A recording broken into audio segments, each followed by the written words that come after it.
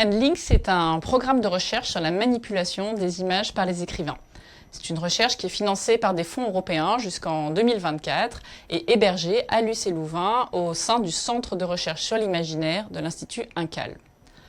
En très peu de mots, EndLink, c'est le terme anglais qui désigne la saisie et l'action de la main.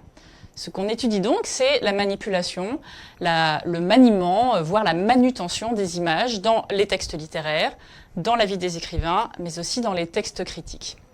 On travaille sur une période très large, de la fin du 19e siècle jusqu'à aujourd'hui, parce qu'une de nos ambitions, c'est de mieux comprendre les gestes que nous faisons tous aujourd'hui avec les images, et cela grâce aux gestes qu'ont fait les écrivains, qui sont un type de regardeur particulier avec les images dans le passé.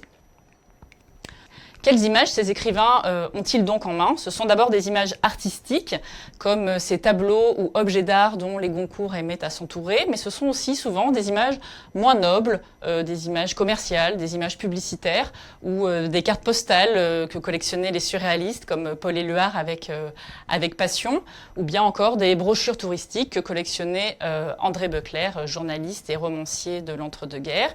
Mais on trouve aussi un intérêt pour le dessin industriel ou le dessin technique, qui a su inspirer la romancière contemporaine Cécile Portier pour un de ses projets les plus récents.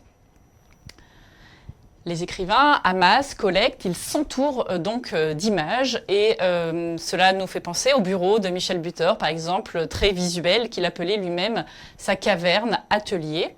Et cela peut donner lieu à de véritables petits musées personnels. Les écrivains se servent également des images pour écrire et parfois ils se donnent la peine de nous l'expliquer, comme c'est le cas de Philippe de Jonckère qui, dans son site internet désordre.net, va nous dévoiler les coulisses visuelles de son écriture romanesque, les coulisses visuelles de son dernier roman.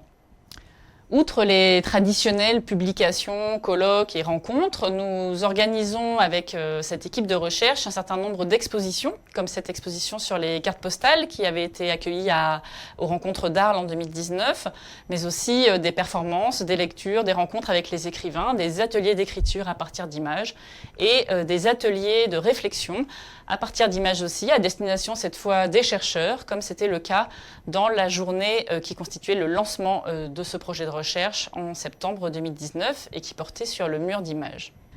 C'est donc à toute une palette d'interactions entre littérature et visuel que nous nous consacrons. Ce sont ces interactions que nous explorons avec la petite équipe que j'ai le plaisir de diriger et le plaisir de vous présenter pour terminer.